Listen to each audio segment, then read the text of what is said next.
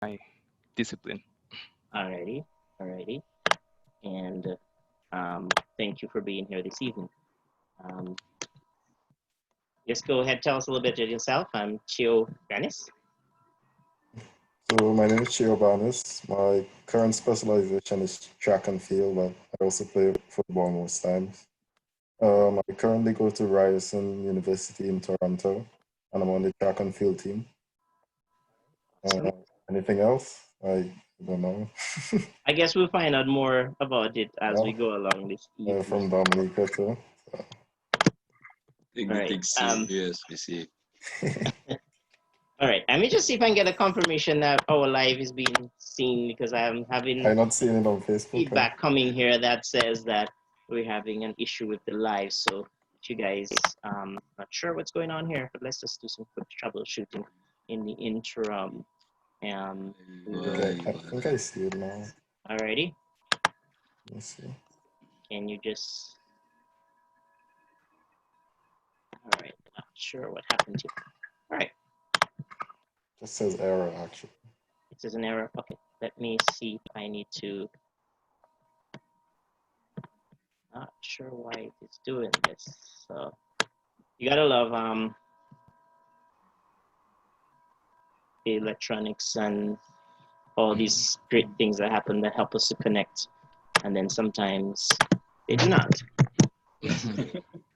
Let's see. I might have to resend this live, so I'm going to do that right now. Just give me 1 second.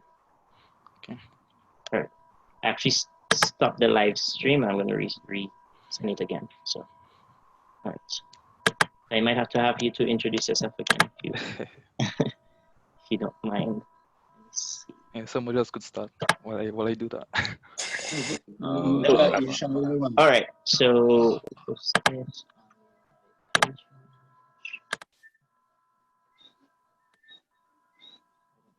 it's trying to push the limits this evening.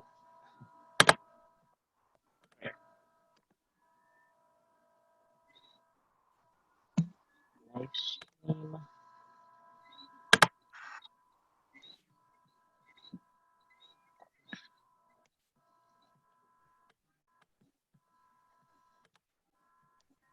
All right, so we are live, okay?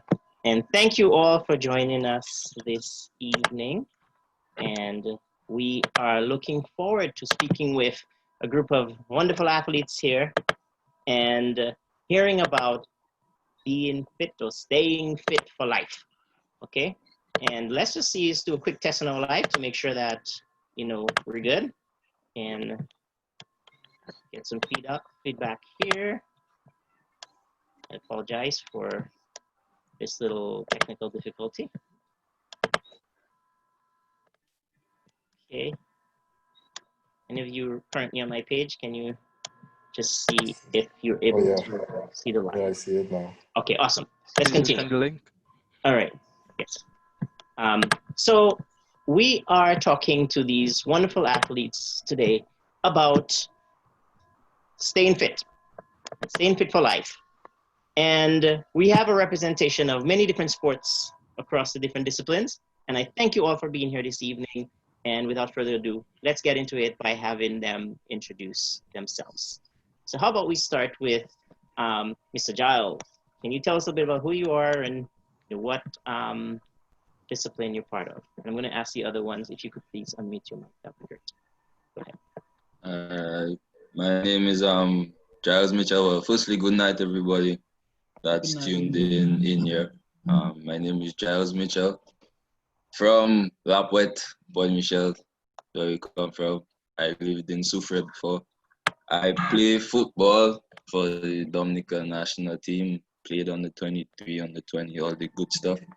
And I recently graduated from LSU, where I had a football scholarship to play. And yeah, that's about it for me right now. Awesome. Well, thank you very much for being with us this evening. Ready? And Cheo Banis, could you tell us a bit about who you are and the sport that you're part of? Okay. So my name is Cheo Banis. My specialization is track and field. I'm also from Dominica, from Mao, Belfast, whichever one you prefer. Um, I currently go to Ryerson University. I study medical physics. And I don't know, that's about it, I guess. All right, I guess we'll find out more about you as time goes on. Thank you very much for being with us this evening. And we'll go to one of the ladies here, Kaywana Charles. Thank you Yes. for joining us. Tell us a little bit about yourself. Good night, everybody. My name is Kaywana Charles. I'm from St. Vincent. I'm a teacher by profession. I've been teaching for 6 years. This year would be my 7th year. I play netball. I've been playing for the national team since I was 14, which I started from under 16 to Windward Island school games to under 23, and now I am a part of the national senior team. Netball is my sport. Unfortunately, I'm not playing it, but I'm hoping to do that soon. Awesome. Thank you for being with us. And I just posted the link to the right in the chat. You guys are welcome to share that. So we'll continue here. All right. And Mr. Clevon Vidal, tell us a little bit about who you are and yourself. Good night, everybody. Thank you for having me, Mr. Joel. Even if you salad me before, you never score a goal on me. And that's go ahead. My name is Clevon Vidal. I'm from Cassibus. I've played sports for the Windward Island school games. I've played for my school and college. I play all kinds of sports. I'm not a specialist in anything, but I represent different sporting disciplines, including netball, basketball, football, you know the works. I also currently coach at the Dominica State College. I am the sports coordinator for that school. I coach Gyles Mitchel, who did a wonderful job when he was playing for me. I also I'm the medic for the We United Football Club, which is a new club who recently elevated to the Premier League in Dominica. I also play for the We United Football Club and the captain for the first division team. Right now, I also work in different areas, different fields, but that's it for now. We'll get more about me as we go along. All right, thank you very much for being with us, Clevon Vidal. And that conversation will continue in a little bit. And Ms. Luan Gabriel, thanks for being here and tell us a little bit about yourself. Hi, good night, everyone. My name is Luan Gabriel, and I'm from Biosh, Dominica. I'm a national track and field athlete for Dominica. I represent Dominica at many international and regional meets, most regional compared to international. My main events are the 200 meters and 400 meters. So I'm a sprinter. Yeah, that's about it. Awesome. Thanks for being here. And Miss Leila, and thank you for being here. Can you introduce? All right, it's my pleasure to be here. My name is Leila Hammond. I am born and raised in Canada, and I am a former athlete for the Ryerson track and field team. And in the spirit of staying fit for life, I have recently started doing Brazilian Jiu-Jitsu, so that's kind of what I've been putting a lot more of my time into. I'm also a master's student studying nutrition with the goal of becoming a sports dietitian in the near future. Awesome. Well, thank you very much for being with us this evening. And as time goes, we'll get to know more about you. And Mr. Julian Wade, could you introduce yourself? Yes, good night to all listeners and everyone in the call. My name is Julian Wade. I'm from Dominica. I'm the current striker for the Dominica national team, the number 7. I also play football as a profession. I played in Trinidad, Guyana, and Guadeloupe. And I'm a CONCACAF licensed coach. That's about it for me. And I'm from Roseau. Awesome. Awesome. And Mr. Ethan Britton, thank you for joining us. And we're just doing some introductions here. And could you tell us a little bit about yourself and the sport that you represent?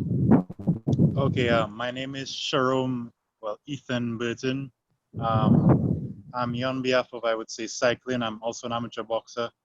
And well, I've been the most time known throughout my life as a sports journalist, but I'm an athlete as well. So that's what I represent. I'm at the Midwestern University, and I'm part of the cycling team. I cycle collegiate. All right. Thank you for joining us, and I know we'll be anxious to hear more about your cycling also. So one of the questions I want to pose at you straight from the start is, what does it really mean? Because the whole thing we're talking about this evening is about being fit and staying fit for life. So what does it mean to be fit or staying healthy? Now, like I said, we're just having a conversation around the park, sitting on the grass, talking about it, right? So can we just have your input as far as what's your opinion, or what do you think it means to be fit and healthy? I'm gonna kick it off. My opinion on it, basically being fit for life, is being able to do your everyday doings and being comfortable with your body doing it. Feeling like you can actually complete a task that you start and your body won't give up on you. And that is by exercising, by sleeping, doing all the eating and nutrition, doing everything healthy, that your body will take you through the day, that you open your eyes, that God gives you the chance to open your eyes to see, basically. Alrighty. Somebody else wants to? Well, I personally think that there is like a distinction between fitness and health. And so to me, when I think of fitness, I think of the more cardiorespiratory. So that's like your lungs and your heart, and the musculoskeletal aspects, like your body aspects. Whereas health to me is like the entire system. So much in line with what I think it's Clevon said. I think fitness, it's being complete your day, the tasks that you do on the day to day without any kind of without anything being extra. And I know depending on what those tasks are, what fitness is, because there are different domains. Fitness looks different. Okay. Cool. Awesome. I'll just chip in by echoing what they said, because I agree with what they said. I think fitness is more, I should say, more specific based on the activity or the task that you probably involved in. Whereas health, I think health is more general, as both Leila and Clevon said earlier. So I think that's, I agree with their definitions. I think that's basically what it is. All right, so I'm going to take it a little bit further and ask the others to continue with this part of the question, rather, because I think you have set a nice foundation to us to understand so far that being fit and healthy really means. And just a little reminder to those who may be just joining us, we're talking this evening about staying fit for life, or being fit for life. That's the idea. Now, we are looking from every aspect of it, from the amateur or just the average person just trying to do some exercise to maybe the elite athlete. All right, so we have some wonderful athletes and professionals with us this evening, and hopefully we can glean a lot from them. So another aspect of this that I want to pose to the rest of the panel as we continue is, so if I am looking to stay fit, where do I start? Kaywana. For me, you have to know your body, right? So for somebody who is just starting, I won't just give them a plan where, let's say, they would do 25 push-ups or something like that. So everybody's bodies differ. So for me, if I'm just going to start, for me, it has a plan. So probably somebody who, let's say they want to get fit, probably they could go on Play Store, and there is a whole 30-day plan for you. It starts, it moves from one level to the other level and to the other level. Whereas I might go with a fitness club or a group of my friends and decide, okay, I want to get fit and I'm going to join with them. And because my body is not accustomed to it, then I won't fit into it. So for me, you start in small baby steps until you get where you want to go. Alrighty. I'm going to ask you, Micah, to pick up from there. And Micah, it will continue from that. And the earlier part, he didn't give his introduction there because I rushed into the next questions. I'm going to allow him to introduce himself and tell you a little bit about what he does and continue the question. Oh, boy. Sure. My name is Micah Challenger. I am actually just the average Joe who has morphed into exercise. My profession is I'm a computer technician, and I decided about 5 years ago to start doing long distance sports, running, triathlon, and now I'm focusing a lot on cycling. And it's been fun. I'm really attracted to endurance sports. And for years, I always wanted to cycle, but I could just never get myself up to it. I always thought, I'll never be good enough as the guys. And the question you asked, the first step is actually just going out there and just starting. The first race that I ran was, really horrible. I had some really, I should say, people who shouldn't beat me, they did. But it was an interesting experience, Later on, you could message me and I'll tell you who they were. But it was a really interesting experience for me because the key is getting started. And it's good to see that, I have motivated people and to see people just get started in the sports and how they've improved. So that's one of the most important things, is just not just standing on the sideline and watching and thinking you can never be there, but starting. Yeah, I will add to what Micah is saying here. That Micah has been a great motivation to me, realizing that sometimes you can let your fitness down, but it's good to keep it up and go. He runs quite a bit, and I often see his track from his map that he does, and some serious miles and serious times. So the fitness is extremely important to him. So that's good. So thank you for being here this evening with us, Micah. And somebody else wants to pick up from that. Yeah, I can pick up. Yeah. In terms of fitness, I think it really has to do or start with setting a goal.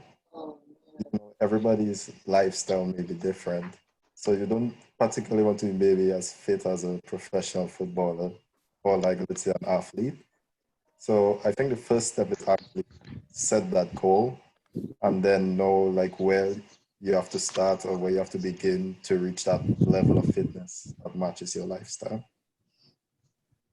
Alrighty, awesome. And somebody who hadn't gone yet. Yeah, I would like to speak on fitness. Well, like fitness, it has to start with basically, as the young lady from St. Vincent mentioned, knowing your body, as well as series of different type of tests, because in order to know your level of fitness or where you are, you have to do a muscular test, a jump test. Like we've tried before, I start my training session with my coach.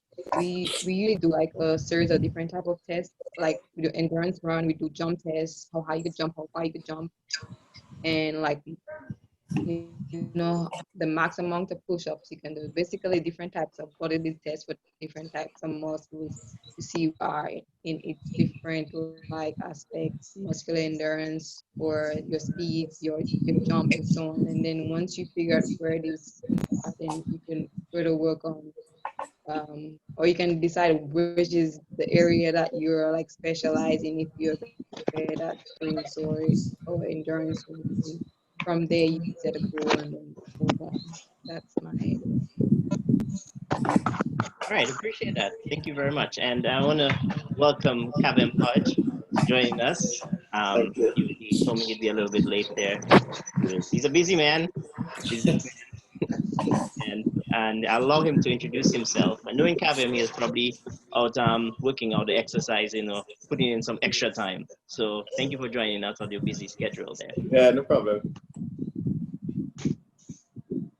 Just tell us a little bit about yourself and what sport that you represent. Well, my name is Kevin. Like Joe said, I play cricket professionally. So I play for Dominica. I play for the Windward Islands. I play for St. Lucia Zooks in CPL. I play for West Indies A so far. Yeah. So yeah. All right. Thank you. Thank you for being here. I appreciate that very much. So we're talking about staying fit for life. And let's go on a little bit further from what we've been talking in relation to, where do we start and what do we do? I have seen like so many programs and so many plans on the internet and books. I mean, if you walk into a bookstore, I've seen, oh, try this, and in 30 days, I'm gonna have a stomach like Cheo. Try this other aspect, and it's gonna be, amazing. And so somebody out there saying, you know what, I want to get into exercise, or I'm at a certain level and I want to raise that a little bit. Is there a program that you recommend for someone looking to stay fit? Is there a one size cap fits all?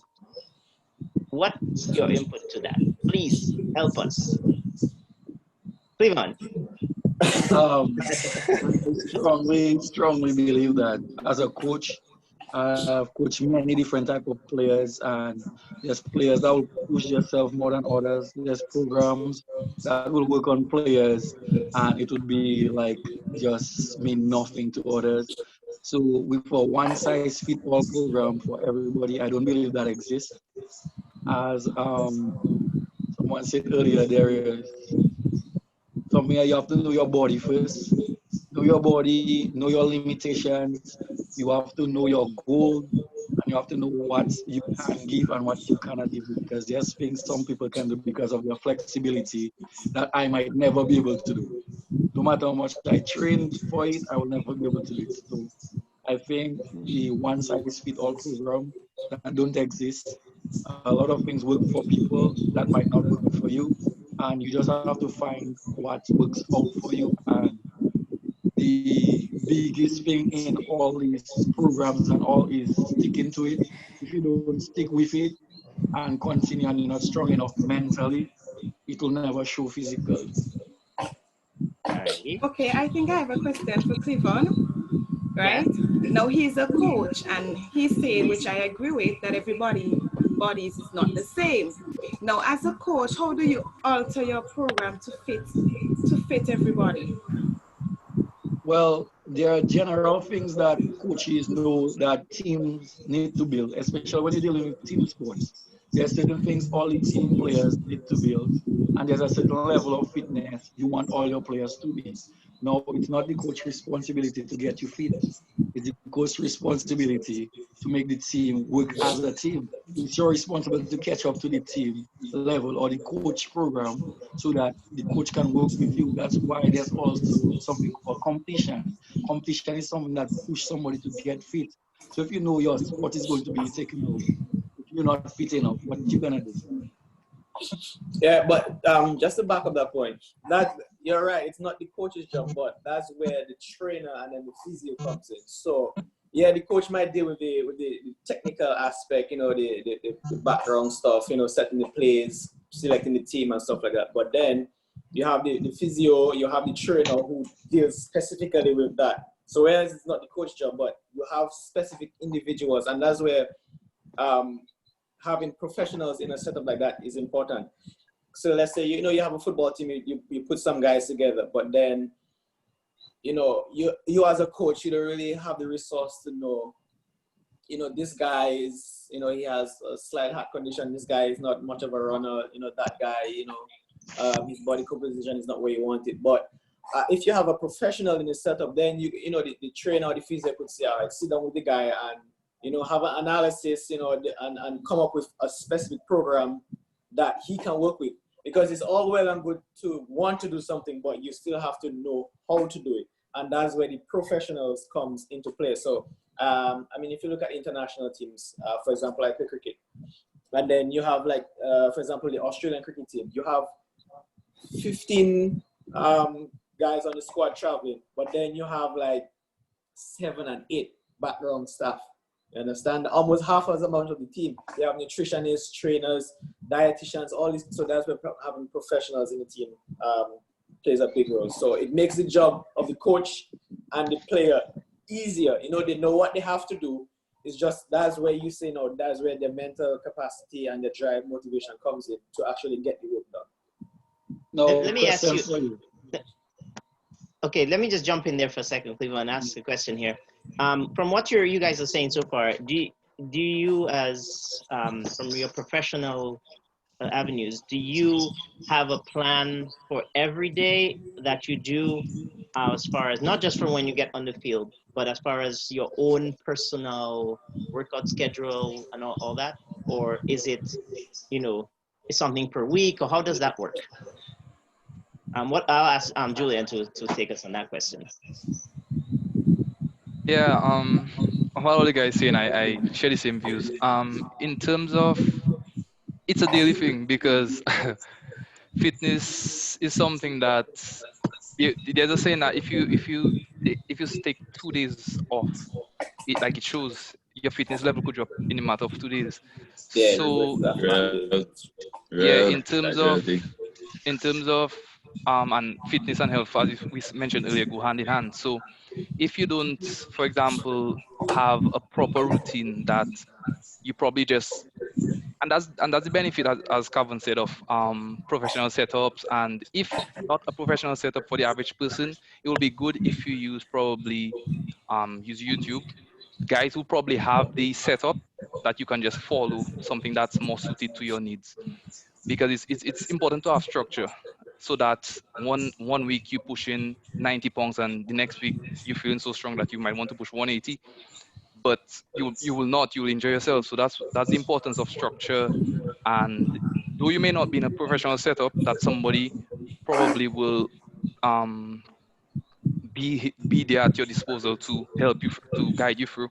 You could use YouTube. YouTube is a very good means that you could research videos and things that suit your basic needs. There are other apps, there are other areas that you can get that information, but it's very important that you follow some structure, or that you follow structure, because that's how you get injured.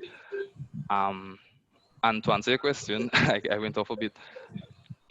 I think that daily, doing it daily is important, because if you miss, as I said, 2 days, that could be counterproductive. Okay. Clevon, you were asking a question before I cut you off, and then we'll get to you later. Okay. I was asking Kavem, sorry. Yeah. That you talk about the professional setting. I understand that's where most people want to go, where they have a lot of people at their disposal. But in Dominica, we don't have that. Most times it's one coach and you do everything, more than one sport, and he has everything to do. So that's where athletes that really show they peak and they actually stand out is the athletes that take the time out to do that extra work on a daily basis, so that the coach don't have to really think too much. Boy, I need him on my team and he's not fit, he can't keep up. You have to try to make players emulate from that athlete. And if all athletes push their own weight, whether they have a professional setup or they don't, because the athletes that really peak in any sport are those that actually push in the extra work, even when the professionals sleep. So I believe to make the coach job easier, to make the nutritionist job easier, to make the physio job easier, the players have to do that extra on their own. Yeah, I totally agree with that.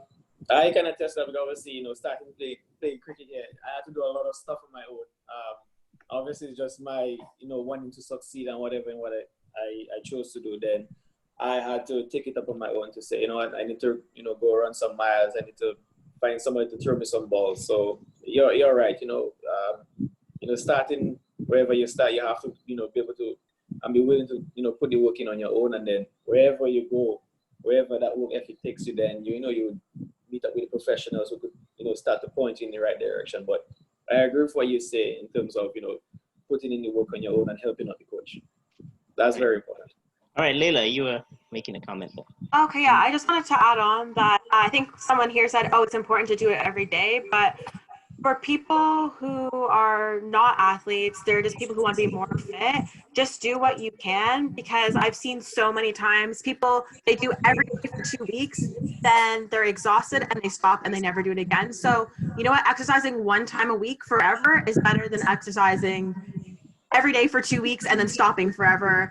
If you can do 2 days, do 2 days, just do what you can. And also, people are referencing here how to make do with what you have. So just as many teams don't have all the resources so that everyone has personalized plans, people at home don't have the same human resources. So using online resources and doing what you can with what you have, I think is Awesome. And Yeah, so, yeah, I was just saying she's right there in terms of not burning out yourself, because the rest is important. It's just as important as putting in all the work, because if you overwork yourself, then you're just basically back to square one. So that's important. Yeah. okay, now I was doing some research and I came across some one website was talking about there were 5 it was from midtown.com, and they were talking about 5 different parts of somebody's exercising or your body or the holistic approach that you take. And I wanted us to kind of look at each one from your particular sport that you do to kind of give an idea of, okay, how does it play a part? And one of them, and the definitions I have here, it was from the US Department of Health and Human Services. And it talked about body composition, where it refers to the relative amount of muscle, fat, bone, and other vital parts of the body. How does that play a part in your particular sport? And you want to start us off, Luan?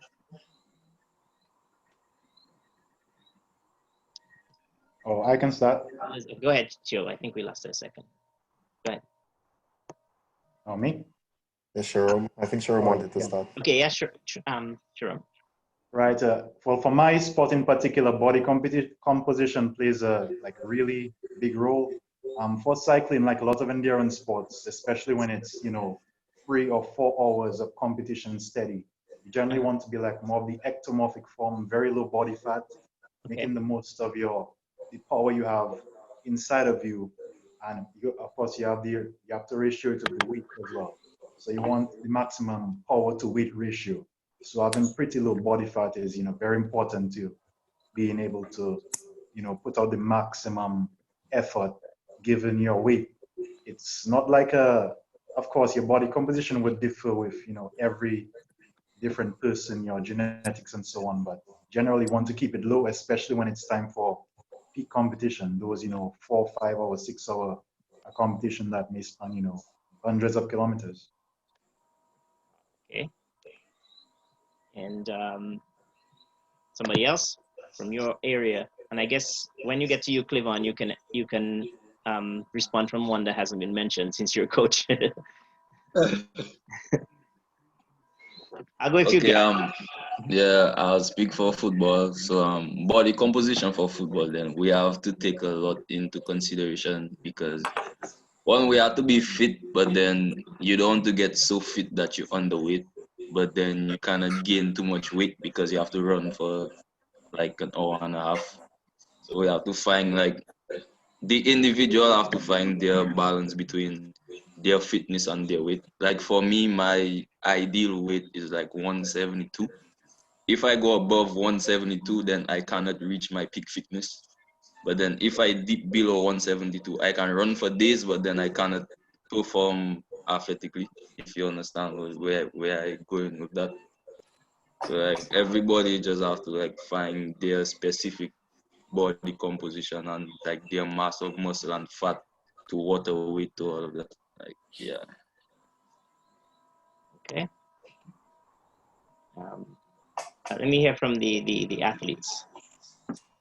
Well, for track and field, it really depends on what type of, for example, sprinter, what type of events you do, if it's sprinting or long distance, or if it's field events.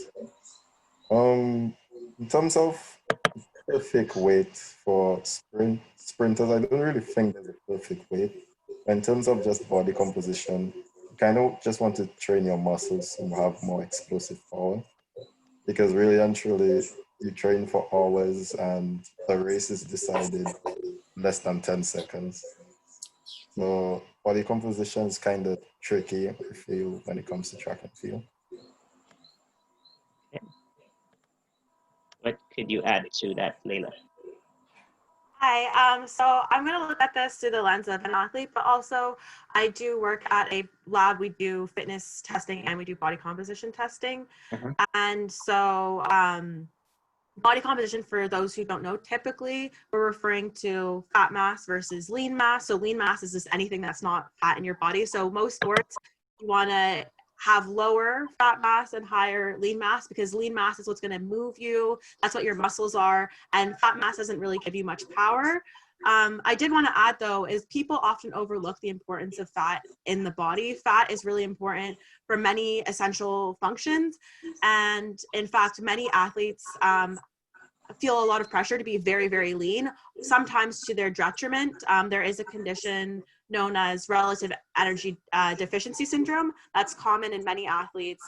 And so in the pursuit of being a better athlete, in the pursuit of being extra lean, people actually hinder their performance. So it just kind of shows the importance of having a balance and staying healthy, eating properly. All right, thanks for that input there. And Micah, what would you like to add? I guess we all know that being overweight or having excess fat for any sport is very detrimental. It keeps you back. And my experience from cycling is eating the proper foods, the good fats, learning about the bad fats, calories, replacing calories, the proteins that are needed for the muscles. And it's been quite a journey. But I think it's something that really needs to be paid attention to, because as Leila was saying, I was reading up on that earlier, and you can actually be really skinny, and what's going to happen is that you're going to be weak. So it's quite interesting to read and get the information and find out according to the sport you're in. For me, I've learned a lot from YouTube. I learned to swim from YouTube, just doing belly flops in the living room. But it's been amazing. There's so much information out there that you can learn on your own, and and it's just there. You just gotta go and get the information. All right, Mr. Burton, what would you like to add? Once again, well, to that point, I mean, like you said, you can learn a lot online. But going back to the body composition part of it, I would say, like, specific fitness for the sport, it will depend a lot on the type of genetics you have, the type of innate build you have per se. Like if you're more naturally muscular or explosive, your body composition would tend to tend towards that, more mass. If you have larger bones and so on, you may tend to have a little more lean mass as opposed to a smaller, let's say, more slender rider. You may tend to have more fat mass just by virtue of the type of body you're born with. So I think that plays an important part to it. There's an ideal, but you also have variation naturally. All right, and I know, Luan, you are a sprinter, and I have noticed that there are different types of sprinters, as far as we've seen the tall ones, the shorter ones. So does it really play that major part in your body composition as far as when it comes to something like sprinting? Okay, I would say yes. In relation to body composition, like sprinters are naturally muscular built, as Mr. Banis explained. Usually find that sprinters are muscular built because they need to be more explosive as compared to distance runners who are usually more lean, and they usually are less muscular as compared to sprinters. As far as height, I wouldn't say your height, whether you're short or tall, affects whether how fast you run, because you have seen professional athletes like Sean Miller, who's a very good sprinter, as well as Shelly and Fraser Price, who's also short. So I think height doesn't affect how fast you can sprint. I think it's how well you build your muscles and how explosive you are through training. So as a sprinter, it's important to have enough, I would say, strong muscles, and also the type of training you do has to also be explosive as well, because you're trying to build your fast twitch muscles. So you don't want to do too much long run, and at the same time you need muscular endurance to maintain your sprint race. So, but muscle is very key for a sprinter, and also fast twitch muscles and muscles are explosive. That's my. All right. I'm going to let you, Julian, pick up on the next question here as we continue.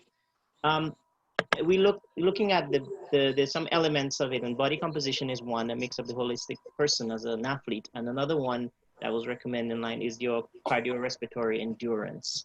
Does that play a part in football or soccer? Definitely. Definitely. As Giles mentioned earlier, you need to be fit. Yeah, I mean, you need your lungs and your heart and that whole your cardio. You just need to be able to withstand. I mean, 90 minutes of running and change of pace, and I mean, even like simple things such as your stress level, anxiety, that plays part on your how well you cope in a match as well, because sometimes you enter a match. So for example, if you come into a match as a substitute, due to the pace of the game and the hype, you'd probably find yourself getting tired within the first 2 minutes, 5 minutes, because of the pace of the game, and you're probably anxious. And that's why they have so many mental exercises probably going into games. They have psychological sessions going to big tournaments, because cardio on its own, it basically touches on all how should I say it? It touches on all aspects of football, because if you're not fit, or if you're how should I say that? I'm mixing words. Okay. In terms of cardio, if you are not fit and you're not be able to endure the duration of the match, you'll get injuries as well, because Fatigue on the muscle. sorry, I didn't get that. Muscle fatigue. So yeah. Yes, that as well. But in terms of cardio, I think that cardio for sure, you need oxygen to get to your muscles so that you could perform. So you can actually perform, because it's oxygen is what makes your muscle perform optimally. So I think cardio plays a big part, and without a proper cardio base, your chances of playing any sport is considerably reduced. So I think cardio plays a big part. So Clevon, what I is go help out okay, go I ahead. help out Juju. I help out Juju right there. So with that again depends on your sport. So for football, like I will play basketball for 10 minutes and be burnt out. Like just dead. But then I will go on the field and run for an hour and a half and I'll be fine. Then Why is that? Cheo would sprint, and then Cheo would like run on the field for 2 and Cheo dead.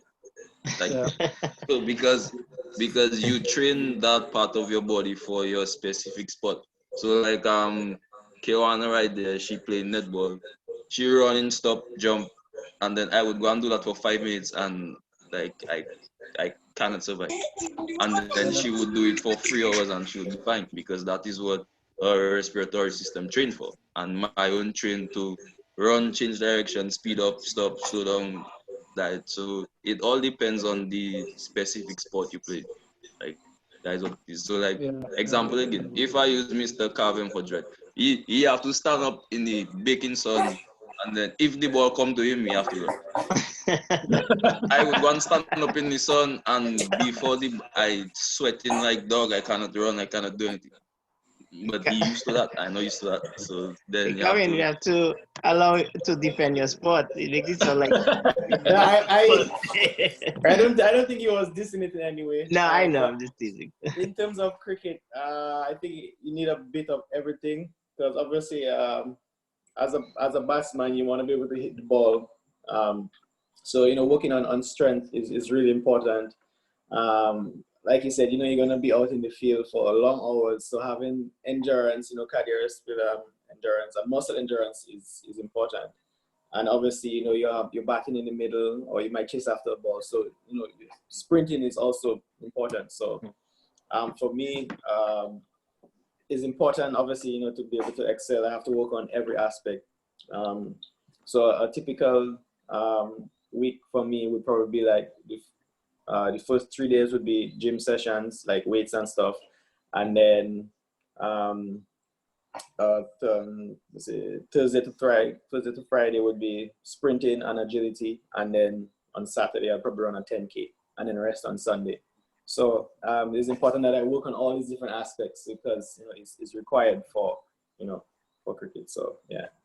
All right, interesting. The question I was going to ask you, Clevon, is can you, as a coach, can you see how maybe someone might use and Gyles kind of touched on it right there when we started to aim at that question was, can you see how it might differ between different athletes, between different sports that you coach, where cardio plays a part, but you've seen a difference in how it plays a part?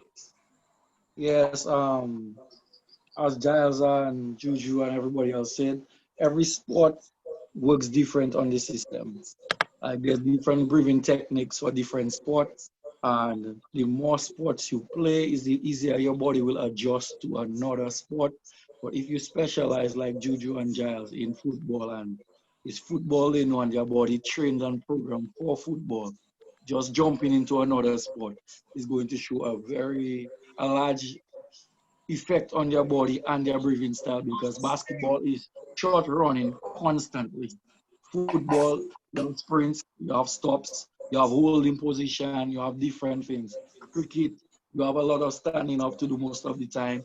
And batsmen, obviously, most of the time they have a lot of upper body strength because they don't want to run much. They just want to make quick runs, big shots. So different breathing techniques, all like boxers and cyclists. For a cycler, you need a good breathing technique for him to keep pedaling. Whilst he's going to burn out fast, the cyclers in the track can take for himself. A boxer needs to keep breathing, and some athletes, what they do is they hold their breath when they want to go for explosive power, and that's not something you should do. You should just control your breathing even more. And in terms of on breathing techniques, you need to know how to get your body in that quick recovery position. And some sports, the recovery position is different from others. Football, you have like, how long you have, Juju, for you to recover after a burst? For you to seconds is based on the pace of the game. Seconds. And just to add to cricket, how long you have in cricket after you chase down a ball to the boundary for you to take a breather and rest? So you couple seconds, a minute, yeah. Well, you have more time in cricket than you have in football. So it all depends on the sport, and the more sports you play, is the easier you'll adjust to the next sport, in my opinion, because I've seen it in inter-school. The people that play multiple sports, their body recover faster because your body trained to adjust to different environments. All right. If I could just add to what Clevon said, yeah. And I think it's also important to practice the cardio endurance and to do stuff related directly to your field, because I have a personal experience where I was injured and I was going for my rehab and all of that, and then I was coming back in and I was doing all my gym time, all my my time on the treadmill, and I considered myself fit and ready. And I went into the game and it was completely different fitness. I was tired. So I think it's very important that your fitness is specific and your cardio endurance is specific to your field, because as you said, with different sports comes different fitness. So. All right, as we continue, Kaywana, I'm going to ask you this question to start us off on the new segment here.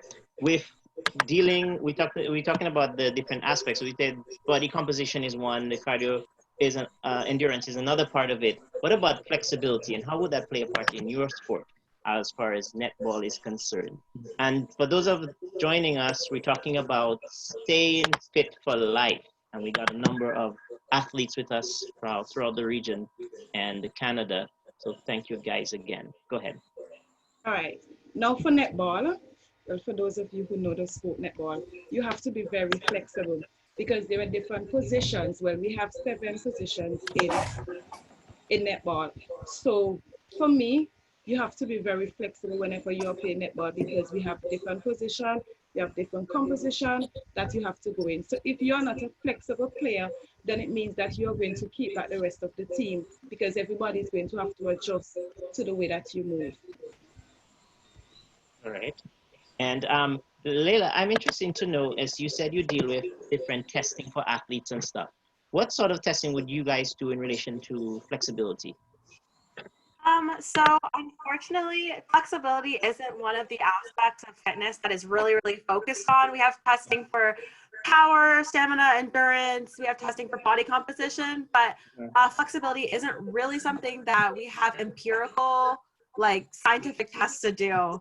Okay. So that's definitely something that should be developed and should be there should be more time spent towards looking at that. Okay. All right. In relation to, go ahead. Let me talk from experience on flexibility. Okay, go ahead. There was one time like a guy fell on my knee and like my foot bent in a way that it wasn't supposed to bend. But then prior to that, I was working on my flexibility, like being able to like almost hit a split and those kind of stuff.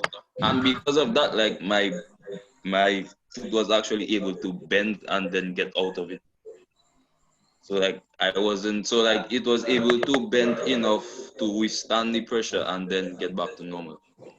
But then again, if you're not flexible and any little twitch in your movement, then your body cannot move. So then it's just gonna like just snap out of the place. Yeah, just to add lastly, like I fully agree with Charles because flexibility is something that's almost non-existent for me. And making the transition back into track and field, my first season I ended up both of my hamstrings. I just want to say, as someone who trains with Cheo, every single practice, this man has an issue. That is real. That is the truth. Yeah. Is the truth. I swear, I've never seen someone with the tightest hamstrings ever. Yeah, so the first season I tore both my hamstrings. So eventually I started working on my flexibility and it got better. This year was my back though, but you know. Alrighty. So it just shows us that fitness falls across every aspect and it affects even the elite athletes too. So that's something that's important. I would like to add, like, as was said before, flexibility plays like a big part in injury prevention, especially specific to your sport. For example, in cycling, like the positions you have to maintain for like 5 hours, your back basically horizontal, hunched over pedals, your neck looking up like that.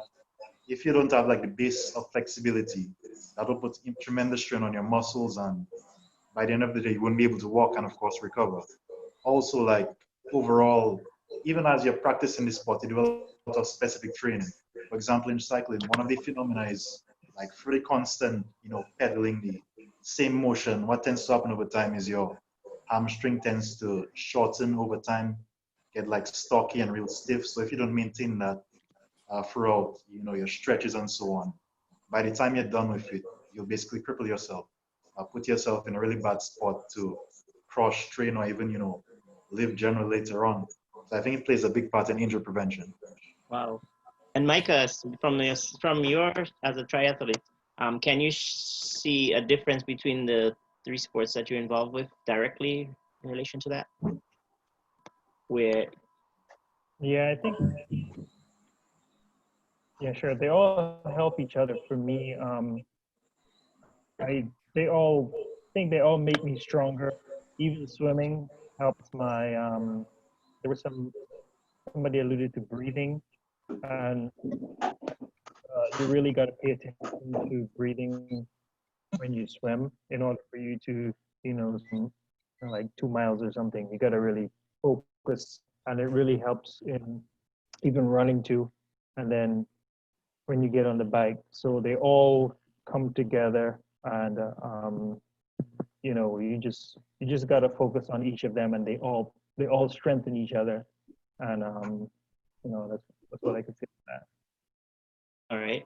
In continuing talking about the holistic approach, let's look at the muscular endurance as far as now. You kind of alluded to it here and there throughout this discussion so far, but as an athlete, you have to train your muscles so you can perform well, and an essential part of that is so you can perform without fatigue. And I remember, Julian, you mentioned a little bit in relation to that. Could you also add how muscle endurance and muscular strength, how they play a part in athletics or in staying fit, from the amateur person to the elite athlete.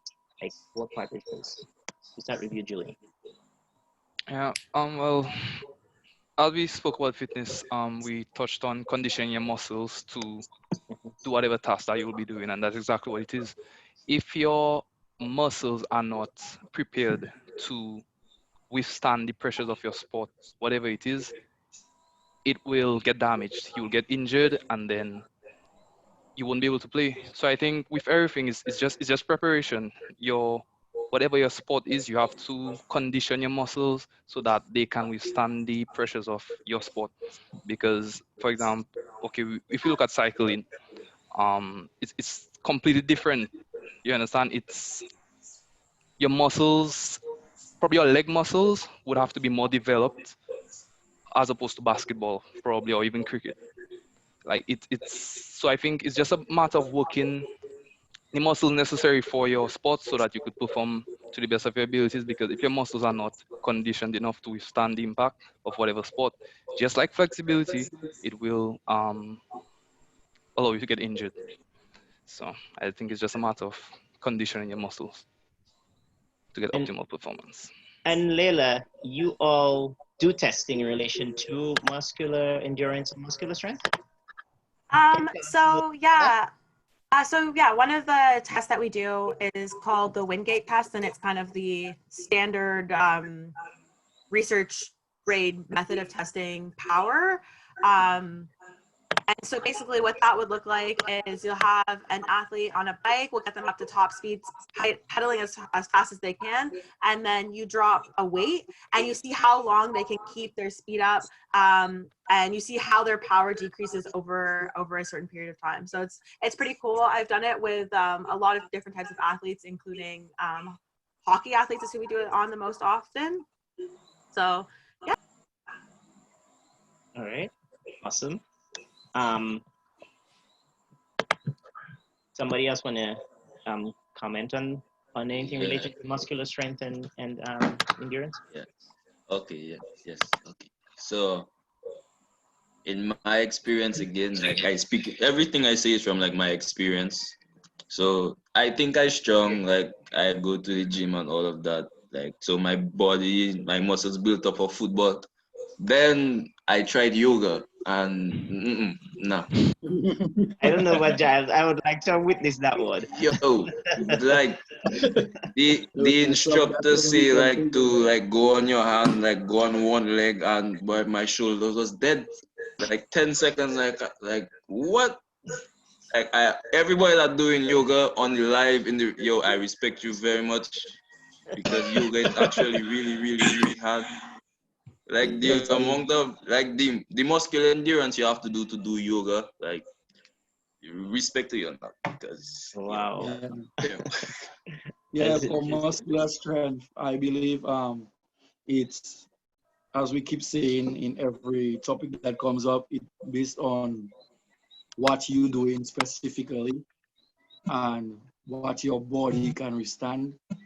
Like yoga is something totally different from any other sport or any event I've ever came across. And I tried a lot of different sports already. I played a lot of sports, and your muscle fitness have to really come based on what you want it to do. And as Juju said, you have to train your muscle for exactly what you want it to do. And if you don't train it, you will injure it. If you overtrain it, you're still going to injure it. So you have to find that balance where you just right, where you fit enough, you flexible enough, and all these things comes together to actually make the perfect athlete. Because even if you're strong and you're not flexible or you don't have no balance, people will run circles around you on your weakness. So you have to target each area and grow it specific to what you want it to be and push it to the max that you want it to get. Alrighty. And for those joining us, we're talking about staying fit for life. And a side note in relation to muscular endurance and strength, the difference there as a definition from the US Department of Health and Services is that muscular endurance is the ability of the muscle to continue to perform without fatigue, and muscular strength is the ability of the muscles to exert force during an activity. So that's something to just remember. Now I'm gonna aim these questions a little bit at the ladies with us this evening, because a lot have been talked about equality in all levels of life, and rightfully so. Is there a difference though between men and women in preparation and training and the performance of athletes at all level, or in just as somebody doing it for a hobby? Is there a difference? Should there be a difference in relation to what the preparation is, or can you give us some insight on that? Yeah, I would say there is definitely a difference in preparation, fitness-wise, basically the type of training you're doing for men and women. For example, in relation to my recent school, I graduated from University of Maryland Eastern Shore, where sprinters, we train in groups. So sprinters, distance runners, the distance. But every group has male and female. So for us, female sprinters as compared to male sprinters, the time that we are expected to run a 300 meter would be different for a male, because obviously the male compete at a higher level in relation to speed and endurance as compared to women, because men are built differently as compared to women. It is said that men are actually faster than women.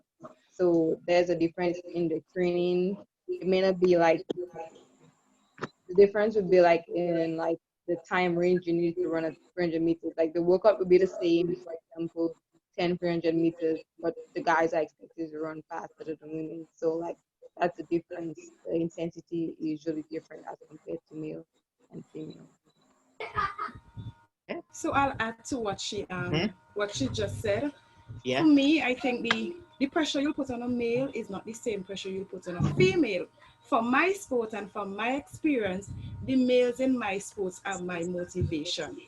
So whenever we have training at a national level, we will train with the males. So it's like the males would make, let's say, 10 laps around the court, and the females more than likely won't be able to do that. The levels at which the male will jump, we will not jump at that level. Well, I am a defender, so I would mark somebody who is shooting, and my shooter will actually motivate me to try and reach his height. Yes. So let's say I would only jump to this point. Whenever I play against him, I would go above that. And it helps me whenever I go away to play against somebody else who is taller than I am, because my level is higher. So the males, yes, they would be better than us, but I find that the males are my motivation. They push me actually to do what I can't do or what I think I won't be able to do. Okay. And Leila, what would you like to add to? Okay, yeah, I guess just adding on into the two women who spoke before me, and they highlighted a lot of the physiological differences that exist between men and women. And I think in your question you asked, is there a lot of differences between, I think, is it the training that you're asking? Training and performance. So performance, obviously, anyone who's watched women's sports versus men's sports knows that there are physiological differences, but in terms of training, as both Luan and Kaywana? It's okay, Kaywana, sorry, said, like, a lot of times men and women do train together. Women put just as much time and effort and into their sports as men do. And I think that they should be recognized for those contributions. In terms of just regular day-to-day people, I don't think that there's necessarily that much difference that should happen between a man and a woman who's just trying to stay fit for their everyday life. In terms of athletes, I think their coaches and stuff know what's best. And as Luan said, like, your coach wouldn't expect a woman to run a 200, 300 at the same time that you'd expect a man to. So yeah. All right. Well, as a coach, coaching men and women, there is a difference. It is easier to coach men in a group setting when giving one set of instruction And when you coach women from personal experiences, you have to know how to act. Like emotionally, you have to know how to flip emotions depending on who you're talking to at the same time. For example, you come to a football training and you'll come there as the coach, you'll say, I need everybody running 10 laps, get to it. And all the guys will just put up their boots and start running 10 laps. With girls setting out to ask, how is your day? Are you doing good today? And one of the girls will pull aside and maybe she on a period or something happened to her boyfriend, looking stressed. You have to come run ahead, ladies, and then you have to pull on the side and talk to her a little bit, or you have to show some compassion so she can actually do what you need her to do. See Kaywana face. Ladies are agreeing with you, Clevon. Kaywana face, right? Hey, Yeah. No, because for me, right?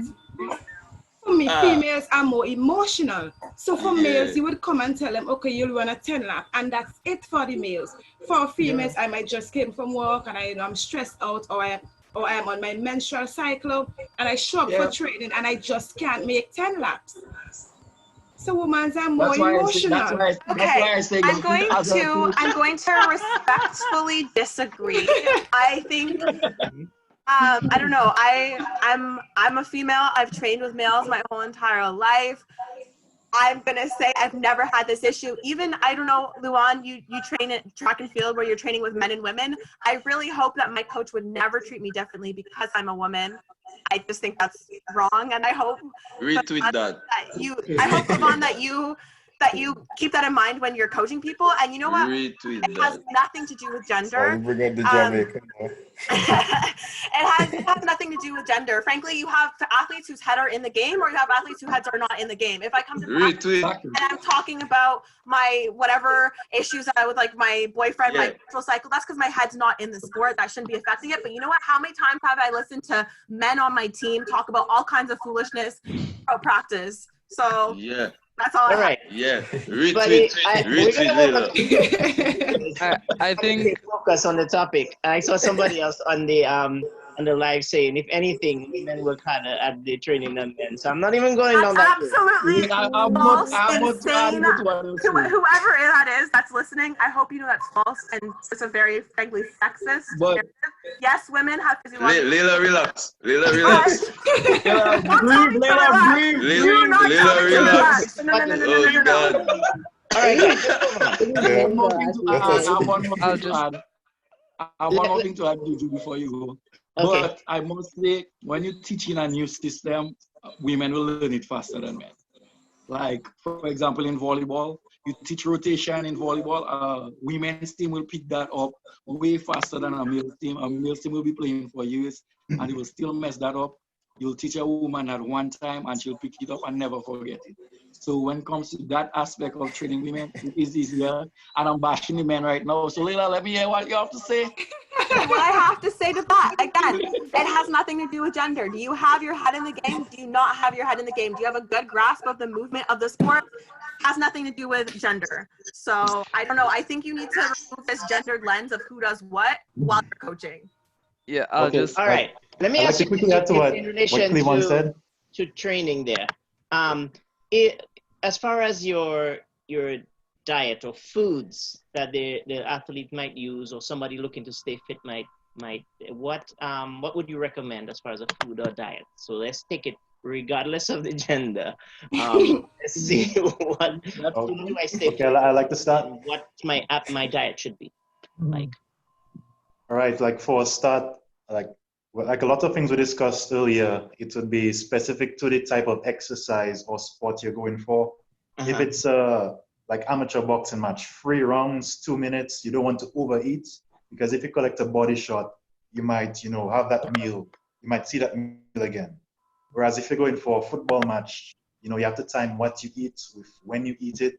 You don't want to overload on the protein, because that again draws energy away from your limbs towards your digestive system. It may not put you in a right situation to perform for that specific sport, 2 halves, 45 minutes. Whereas if you go for a different sport now, like cycling, the eating, it goes on for, it's probably like a 3-day cycle. The day before, we normally, like before races, buffet style, carb up, really get that nutrition in, those carbs in. The day itself have a hefty meal. It might be a 6-hour, 5-hour race. And not only beforehand, during the race, you'd have to eat as well. Get the simple sugars in, also your electrolytes. And also afterwards, the recovery phase, you have to put the right things in. So, generally, have a good mix of lean proteins, and specific to the sport, of course, your different levels of carbohydrates. And depending on the length of the activity, the intensity, you'd want to moderate how full you are. Because if you're going for like a sprint, and directly after it, you don't want to be throwing up. So it's a big part of sport nutrition. And a question I've always wondered about, because in relation to diet, obviously there are some foods that you would want to stay away from. But then I hear some people would say, okay, it's best to take like pasta or certain foods like this. What's the good one? Okay, Leila, go ahead. I see your hands. I feel like I've been speaking a lot, but also nutrition. I've been studying this for like 6 years now. So, well, that's why we brought everybody here, because you guys have a lot of knowledge and we want to learn. So go ahead. All right. So, just to add on what was said, different sports require different nutritional preparation. For the most part, though, just making sure that you're adequately hydrated is important. Also, having enough carbohydrates in your system is important, because that's what your muscles recruit to do fast, powerful movements. So really any sport where even in soccer, it's a long game, but you'll have to switch directions quickly. That's going to be carbohydrates that your muscles are recruiting. So having easy to digest carbohydrate and protein, low fat meal 3 to 4 hours before your event or your practice, and then a carbohydrate rich snack an hour before. Also making sure to stay hydrated is what's recommended for most sports. Obviously, day to day things change, so protein requirements change depending on how much muscle mass you have, and so on and so forth. So yeah, if anyone has any deeper questions, hit me up. I got you, but just on the general level, that's what I wanted to contribute. All right. So Anybody my want 2 to add to that? cents would be you have to know your metabolism and how fast your body acts on food. So my metabolism would not be the same as the average person that just wants to stay fit, because I would eat and it works for me. I will not put on weight, but then I cannot tell the average person eat the way I eat and then expect them to lose weight, because they're not putting in the workload that I put in throughout the day, and their metabolism is not as fast as mine. So with that diet thing, you have to find your individual balance of, okay, I can eat that amount of carbs to that amount of protein. So you have to find your balance, because I cannot eat what carb I'm eating and expect to lose or gain weight when it doesn't work for me. So you understand what I'm saying? So I cannot tell you eat my plate of food for lunch. You, Mr. Child, I cannot tell you that. And then expect you to lose weight, because that's going to most likely going to surpass your nutritionary needs. So you just have to find whatever works for you. Okay, Micah, you were saying something? Yeah, something interesting I was reading up today, and replacing the amount of calories that you just, there's calories in, calories out. I just read lightly on that, so I don't know much. There's a bunch of debate about that, and people who are looking to just maintain their weight, or make sure they have enough power for their next sport. And it's important that having a good recovery, like for cyclists, having a good recovery drink, the protein shake and all these recovery foods, which are really important, not only before you go out, but when you come back, so that your body can be primed and ready for the next time you go out to perform. That's also important. Okay, I'd like to add to what Micah said.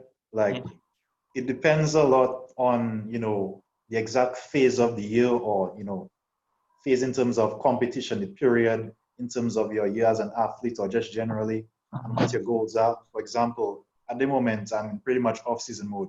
Well, pretty much everybody here is in off-season mode given the pandemic, but you wouldn't necessarily be putting the amount of effort you would be during, peak competition time, for example, playoffs, or, the national championship is coming about. So that would decide a lot on the amount and the quality of food you eat. For example, in like peak competition time for me, a typical ride of like 4 hours, by the end of that, I would be in a deficit of about 3,000 calories just from that effort. So if I eat as I would normally eat now, I'd probably end up losing, let's say, 30 pounds in the space of, 4 or 5 weeks. And that would probably put me in the ICU. So it depends a lot on your goals. If you're trying to lose steady weight, like just as Micah said, calories in, calories out, try to maintain a deficit of the portions that you eat so that you can, slowly cut down on the weight. And if you're trying to like bulk up, build your muscle mass, you don't want a slight surplus in terms of calories. So it depends on your exact goals and, what you're trying to do at that specific time, specific to your sport. In relation to your intake, let's add a little bit more to that. A lot of times we have athletes maybe testing positive for some sort of enhancement product. And some cases, they may seem surprised. How is this really possible? Are they good? Are they bad enhancement products? Are they things that you can take to help yourself? So that's always been something confused me.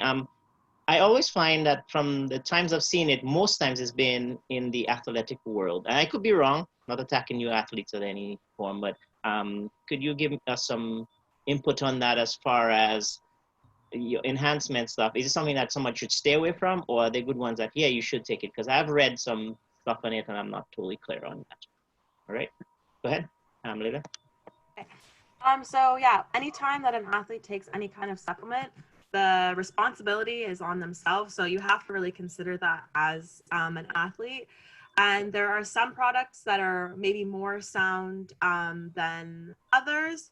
So for example, you'll see like logos on certain products. So there's a website called informedchoice.org. So that one, they do testing and to see if the products contain any banned substances. And then there's the I think it's ESF certification as well that you can see on products that show that they've tested it. But even again, like when they tested it, it could have been okay, but then now you've taken it and you're being tested and something shows up. So you always take the responsibility as the athlete. But also though, because I forget who said it, but your requirements while you're training are so high, oftentimes supplements like protein supplements are really beneficial to make sure that you're getting enough protein or whatever it may be. So oftentimes you kind of have to make that trade-off. And so for me, I just look for products that have those registration marks on them, or I like look them up online on like informedchoice.org or on WADA and stuff like that. Okay. I haven't seen much cricketers testing for enhancement products there, or it's just not the habit of testing cricketers. They do get tested.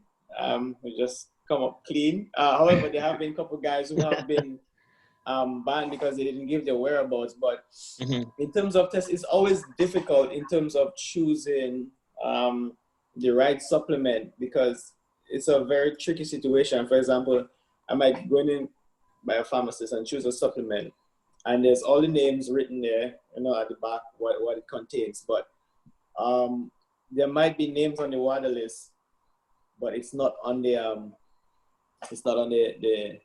container with the supplements, and then we take it, and then I've seen situations where there was a guy from the Sri Lankan team.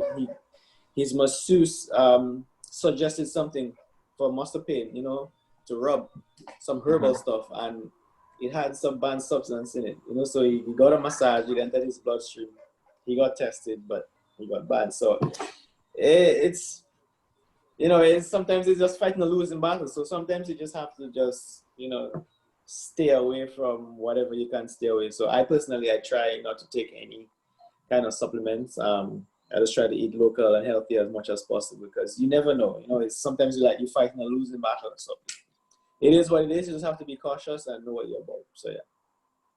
There was a question I was going to ask you, Cheo, and I asked you because you do indoor track. Is that correct? Or? Yeah, I do. Oh, you do? Okay. Would the diet that somebody takes, would it differ from the outdoor, for example, versus the indoor, or I'm being too technical here? Probably too technical. It's a question I saw on under the live, so I wanted to. Technically, the major difference between indoor and outdoors are kind of like the distances. But it's the same sort of training, for example, you do for 100 meters, you do for 60 meters.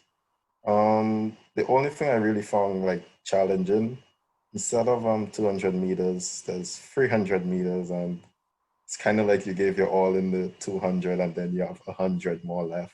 You have nothing The left. real tester. So, but I find the training is the same, this diet, supplements, everything the same indoors and outdoors. Maybe Leila might have more on that.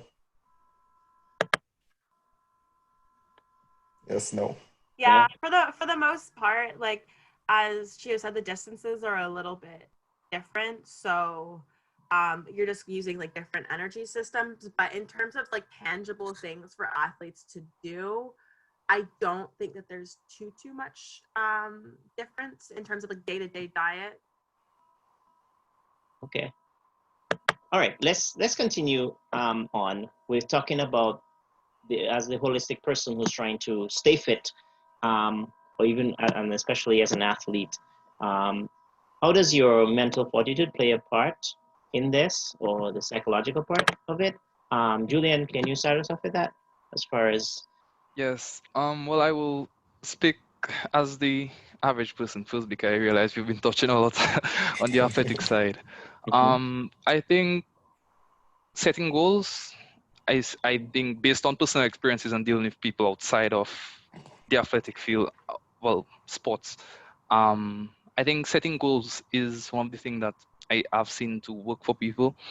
So you want to lose a certain amount of weight within a certain amount by whatever time. You organize your routine so that you could and work with somebody. You don't have to do the math and solve the problem yourself. Like you could work with somebody, ask a question, you could go on YouTube, you understand, you could do your little research. But I think it's just a matter of setting goals so that you know that by in 3 weeks time, 4 weeks time, you lose a certain amount of weight if you follow that program.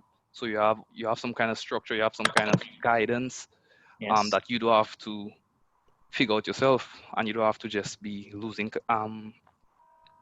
weight because if you lose weight too quickly, it can also be unhealthy. So you have to watch that as well. In terms of being an athlete, I think the mental part of it is a big part. Is a very big part because probably 90% of the fight is in your head. Like if you're going to fight, for example, Sharm is a boxer. If you're going to box and then you think that person going to knock you out, chances are they're going to knock you out. You understand? So I think a lot of the fights, sometimes you probably in practice, I've been in practice, and we're probably doing, I don't know, sprints or endurance or something, and I probably tired. I probably thinking I cannot go another lap. But I'm seeing somebody else running, so I'm like, that person could not be fitter than me. So it caused me to do more.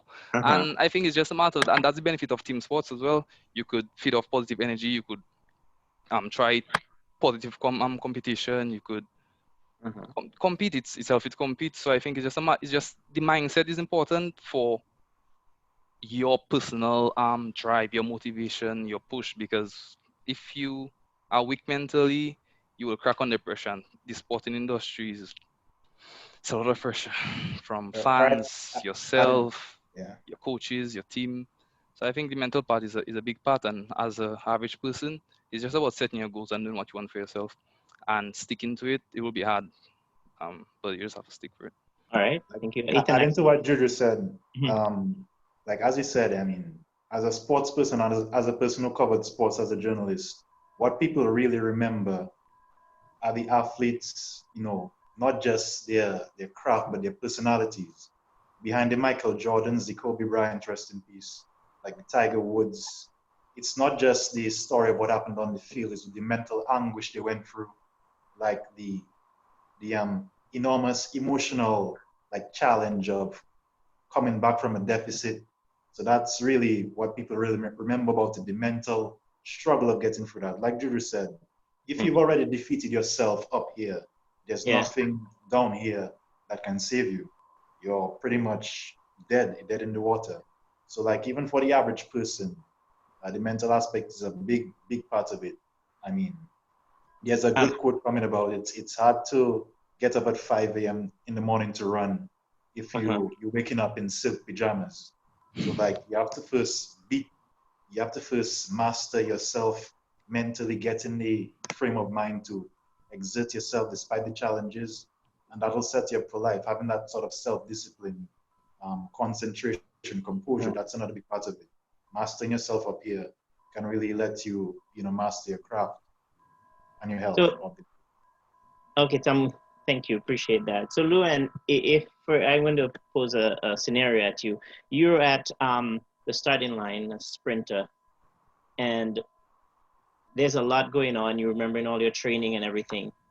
Take us to the psychological aspect of it, and you're waiting to hear that gun go off. Like, what's it like? Okay, as a track and field sprinter, and even when I've been taught from like coaches and like people older than me, always said that sports, track and field is 90% mental and 10% physical. So for me, being on the starting line and the gun is about to go off, and knowing how hard I put in all the work for this day, I try to just tell myself like, okay, this is the time to show up all my hard work that I put forth. And at the end of the day, like especially with track and field, my coach always tell me it's you against the clock. So sometimes if you try to focus on the other competitors in the race and like how fast they're going, and you're not focused on the time, because it's you trying to beat the time, you might get like distracted, or you might get off track, I would say, and you may not run the race that you want, because sometimes a lot of sprinters or even runners in general try not to focus on like themselves and the clock, but other competitors, like this person look this way or that way. I know like for example, coming to the finals, like you may not have the fastest time coming to the finals, but you still have a chance of winning. Because at the end of the day, it's that final race, and who has the guts. Because you've seen people run out of lane 8, lane 1, and have won. So you just have to tell yourself the type of training that you put in and what you're capable of. Determining the lane doesn't matter. Is what your goal is at the end of the day. And if it's to set a new PR, if it's to win the gold medal, you just have to keep that in mind, and then you just go and execute, because execution is very important. It's like all what you train for, you just go out there and you just plan it out and you just run that race. Execution is key, and once you're running towards a goal, then you're gonna stay focused and achieve that goal. So I try to keep that in mind, like what I train for and what I'm trying to achieve today, and I just push towards that goal against the clock. Yeah. Great. Kaywana, I'm bringing to a perspective with the psychological aspect of it with netball, and how do you play 4 or 2 with the crowd making noise and screaming your name or screaming against you? The psychological part of it, because I'll get to the footballers in a second and ask Gyles about that relations to hearing the crowd. How do you deal with it? Well, for me, when I play netball, it's like I'm not hearing anybody. The only person I would hear is my coach. And what my coach would always tell me is not how he's saying it, is what he's saying. So sometimes as athletes, our coach would shout and we would get angry because of the pressure that is on us. But what my coach would always tell me is not what I am saying, Kaywana, is not how I say it. What I listen to is the message. So whenever I am playing, I block the crowd out. Yes, I would hear bits of voices saying, oh, I need to do this, I need to jump harder, I need to mark my player. But for me, they are just voices. So I don't focus mainly on the spectators, because for the spectators, everybody would have their little piece. So one part of the crowd would agree with this, and the next part of the crowd would agree with this. Basically, you can't please them. So what I would listen to myself, and I would listen to my coach. So the spectators are basically blocked out whenever I am playing my game. All right. And Gyles, I aimed at you with that one. Have you ever heard the crowd shouting for or against you? And against you, I'm sure. Well, traveling. Well, when I was in college, traveling to like the main rival of the school and like their whole campus, like right around the field. Yeah, you're going to hear what they're saying. Yeah, yeah, you're going to hear it, but you have to be very, very professional in the fact that the only people you have to listen to are your teammates and your coach. So like, let's say I run in down the line and then some rival fan shot at me, "Oh, you're not good," and then I cannot stop and answer him, and the game's still going on. So you just have to be like very, very, very professional in that. And then on the other side of that, when we playing at home and our campus there, and we get like we feeding off the energy because they want us to win. So even though I dead tired 90th minute and my whole English class right on the side there telling me to run, I have to run because then I have to go in class with them like tomorrow. So yeah. So it is a sort of motivation there too. Right. But I would add to what he's saying. For me, it's harder to play at home. So whenever we travel to different country, for me, it's easier to play there. So last year we hosted the senior competition and we were at home, and it was very hard playing at home because the criticism, everybody have something to say. Whereas if you're out playing, for me with college and school, for college and school, it's different. Because when I was playing for my college and when I was playing for my secondary school, you would feed off of the energy. But whenever I'm playing at home, it's like the support is not there. But whenever you're abroad and you have persons from your country in that particular country, you feel more comfortable playing there than when you're playing at home. Can be different for others, but for me, my theory with that is you're more comfortable playing away because you don't have to see those people again. Mm-hmm. Like when you finish playing, that's it. Like you're done. But then when you play in front of a Dominican home crowd and you're going down the road on my bread and all you're going to hear is, "But you threw my goal yesterday." And exactly. Mash you up. I'm gonna talk play as a player and as a coach. Mentally, as a player, you have to be prepared way before you even reach that pressure point. So you have to train under pressure. You have to put yourself in situations you think like, train like you're going to see the real thing. Train like it's the real thing at the time. So train where people shouting at you. Train where people telling you you're not good enough. Like when I'm not training, like I always want to be all up in somebody's face so they can tell me I cannot do something. I like when people tell me I cannot do something. Like nowadays when I go in my training and we play in a competition or a game, and I'll come up to the defender or the goalkeeper and say, "I score in just now, watch that. After 3 tries, I must score a goal." And then they laugh me and watch me like that can never happen. The first try I hit the post. The second try I score, and then I was walking away like, that was nothing. I told you I'm going to do it. So mentally, I get it in their head and I hyping up myself and building my confidence. Now, going into games, what I do, I zone out. I create like a dome on the football field where nothing outside the touchline matters. So even though my mother on the crowd in the stand saying, "That's my son, let's go," I wouldn't hear, but out there the coach, out there my players on the bench. Like after the bench, nothing exists to me. The whistle, my players, and the competitors, that's all that exists on the pitch. Now as a coach, what I do is create situations most of the time for players to feel uncomfortable in training. Like I want to get that comfortable, because the more you're comfortable and you're not nervous is the less you're going to actually put in to get out. And if you don't put it in, you will not get it out. And if you relax at training, you would know, if you train relax, you're going to play relax. If you train, there's nobody defending you, so you come into a game, somebody start to defend you, it's gonna be a problem for you to score a goal. You don't know what to do. You're gonna overthink things. You're gonna zone out. Maybe the opponent might just come and tell you something. You break down, your confidence break down. And I like to train also, always feeling like I come in from behind. So after we score a goal, I say, okay, now we 1 down. We score the second goal, we equalize. We score the third goal, we have to hold our position now. So we free up already. we won down when we score first goal, we equalize when we score a second goal, we win the game and we have to hold our position on our third goal. And the game never ends until the last whistle blow. Some people just feel like drop shoulder, 2 minutes, 10 minutes to go in the game, the team already 3 goals. How quick, Juju, you see 3 goals scored already?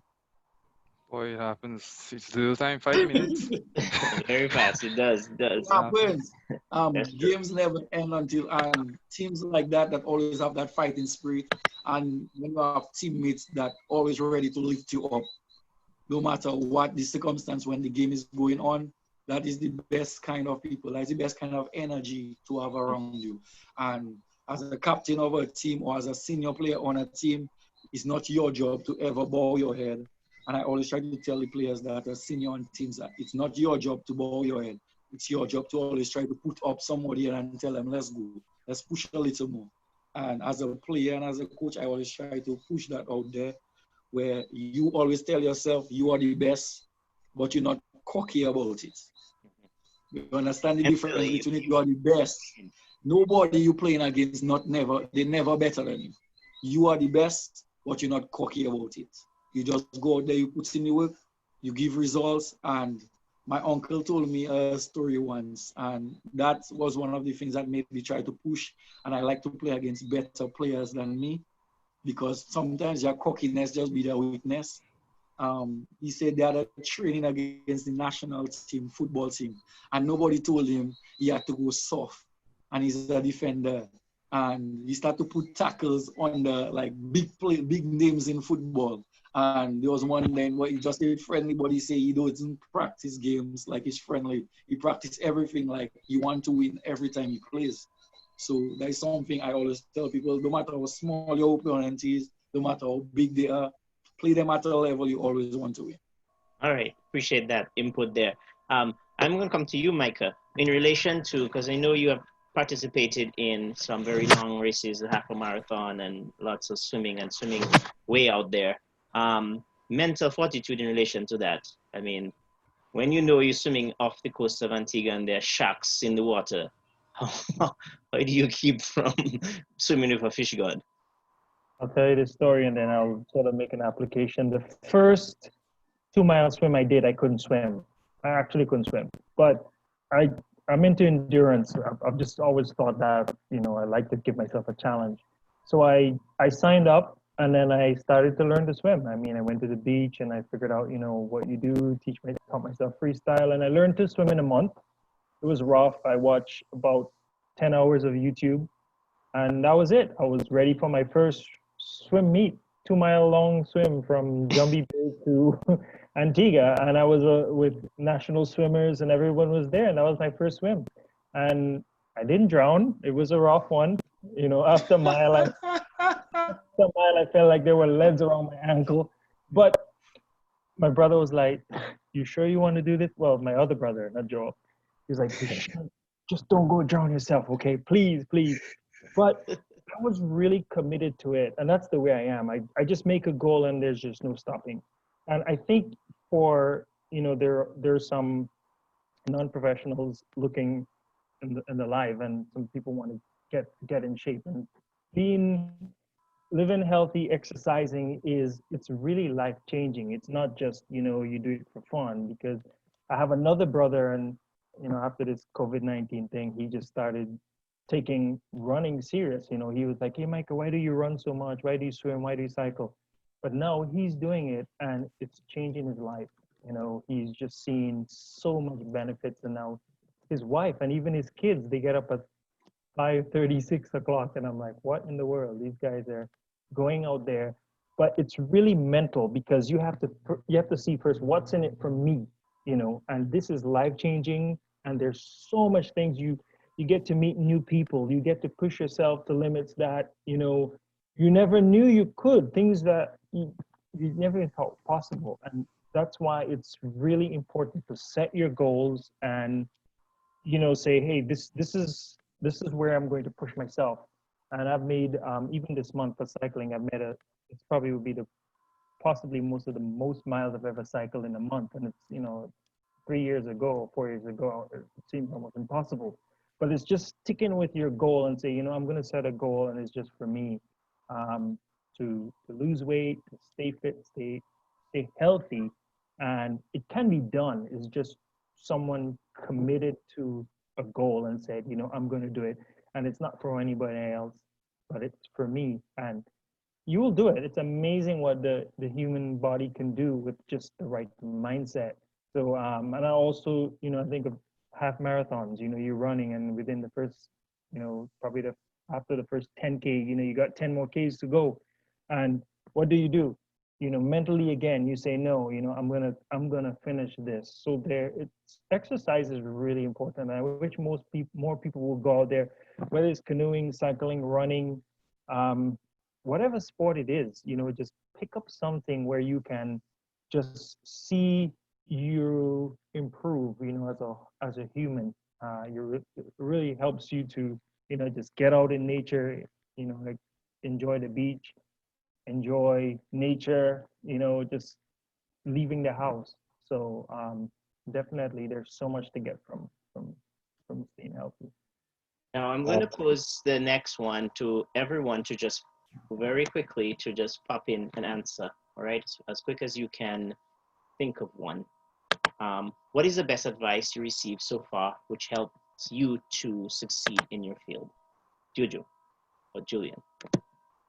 Yes, so I think it's from Team Not, but the phrase is basically that hard work beats talent when talent doesn't work hard. That's what stuck with me my entire time. All right, Kaywana? Okay, I think you might. I'm sorry. You're never too young to achieve what you want to achieve, and that's from my mentor. She's actually my national coach currently. Gyles? I got it from a book, which I recently read. It's you control your body doesn't control you. So even though you're tired, you can still run because you telling your body what to do, not the other way around. All right, Leila? All right. I feel like I'm living up to some big ones here, but honestly, if you believe you can achieve, it kind of just plays into that mental aspect and having confidence in yourself. I know it's corny, but. Kevin? Yeah, for me, it's if you win in your mind, then you're already halfway there. Yeah. Luan?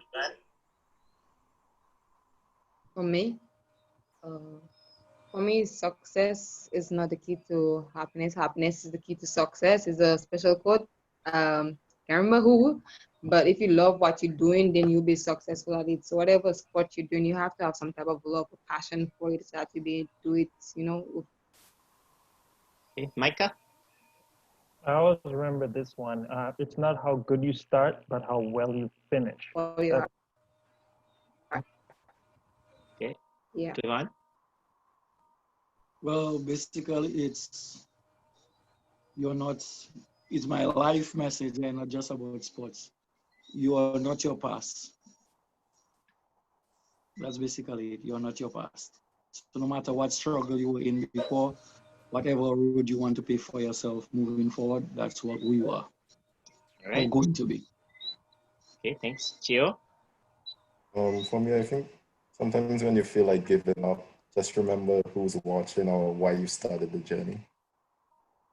Mm-hmm. Ethan? Jerome? For me, it's always be present. It might seem like a simple thing, but I think especially in difficult times, just being there, that lends you the experience to deal with future times. So never back down from being in the moment. Always be present. All right.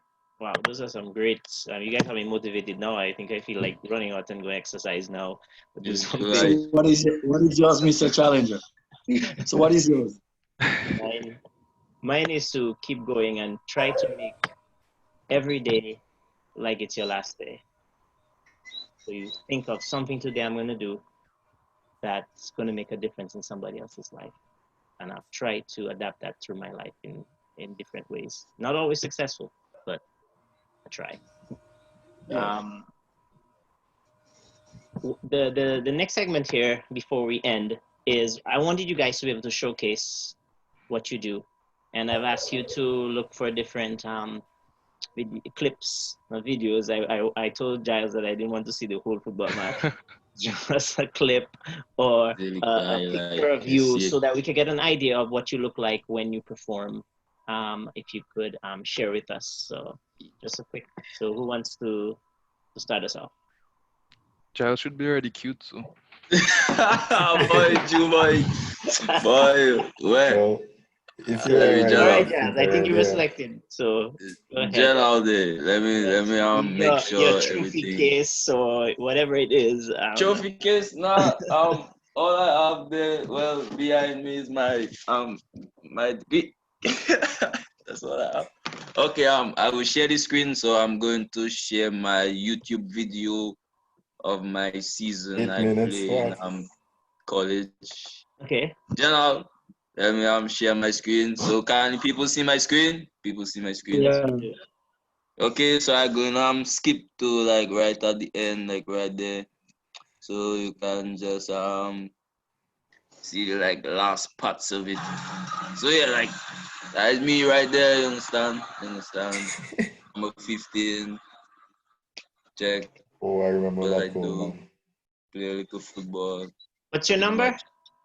Check, small thing. Peep the celebration on the side. See, check. Like, yeah. All right. That's So all. he showed his goal. Awesome. So yeah, that is my life in a nutshell, just running up and down. Yeah, that's it. Let me exit out the screen so everybody can get back to their stuff. Oh God, there we go. All right, next person. Go ahead. That's what I do. All right. I'm gonna share my screen. Hold on. Right, I want to share my screen now. Okay.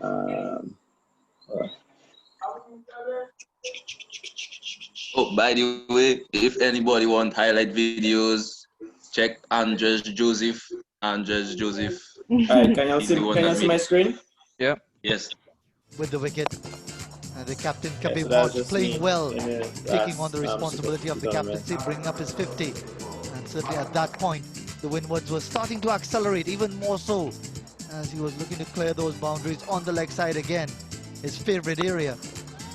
And even more impressive in the partnership with Athenaeus, 146 they put on for the third wicket. Athenaeus getting into his own, bringing up his 50. And as he continued to play his shots, giving his team hope, getting to his 100. 100.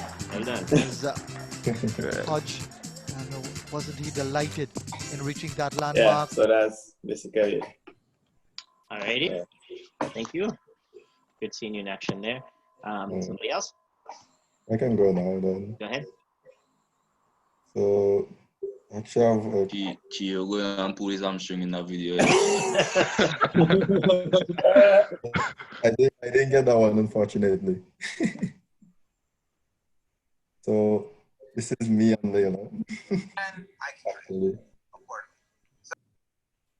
I cannot see them. All right, is it? Okay. Bad boy. Can you see it? Yeah. Go ahead. So, this is just a short clip. What lead sprint is that? This is 60 meters. Okay. Extremely short. Which lane are you? Lane 3. Oh. This season I only did maybe 2 or 3 races. It's one of the toughest seasons.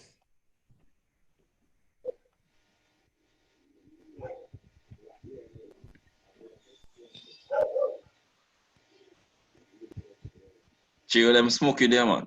Yeah, well. It's a tough race, man. Well done, well done. Well done, Reggie. All right. It was difficult. Let me see. Next person. Okay, I'll just share. I just have like short clips in it, right? Okay, let me try sharing my screen.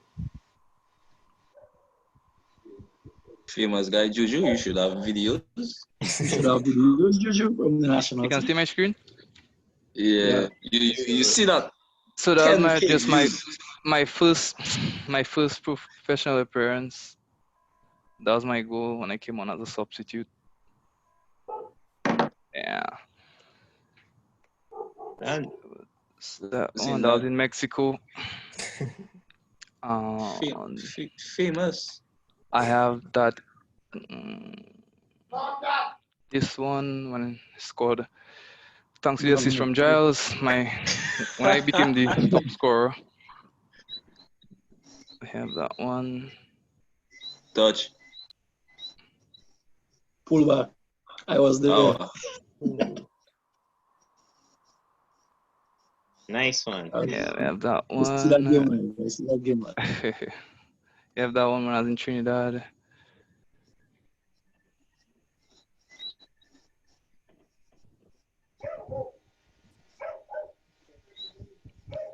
And I probably just show that one. Yeah, my first tournament for Dominica, I think. Nice placement. And I think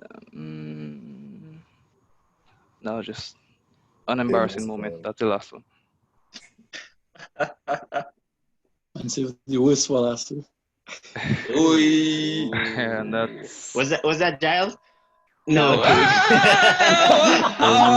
I'm teasing. I'm teasing. Juju know better than that. All right. Next person.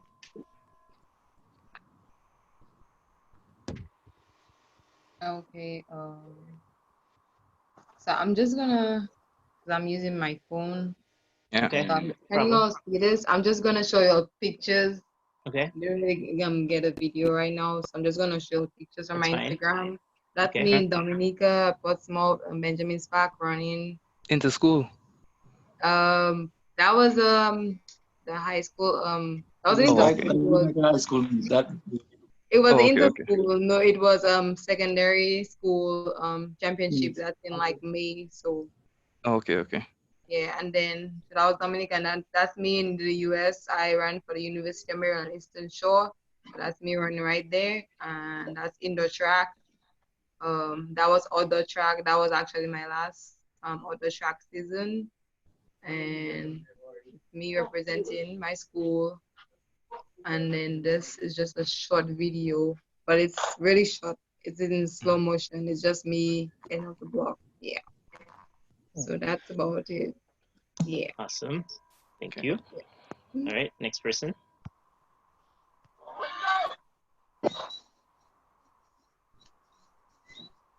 All right. But you have Ethan or Kaywana? I can't really share anything because I'm using my computer. I don't have much on this. I'm not using my phone. Okay, no problem. I will also, if you guys want me to, you can send me any of this stuff afterwards, and I will post it under the page, under the link, so people could access it. I can do that. Right, we can do that. Yvonne, what you got for us to see? I don't have nothing right now because camera shy. I don't like cameras. Really. So I like to do my work behind my scene because when I first got my job as a coach, my first employer told me, don't do things for people to see you. Just do it for them to remember. All right. Okay. Fair enough. And Micah, do you have anything you'd like to share with us? Yeah. I just do sports for fun, so I'll share my. I think it's from my Instagram. It's just a morning ride. Can you guys see? It's a couple of hills just around Antigua. I'm not sure. I think that was last week or something. Right. So that's it. Just trying to 11 kilometers. The whole island. read the goals I made for myself. That's it. You run around the whole island? Cycling, not running. No. It's 111 Ks, but that's yeah.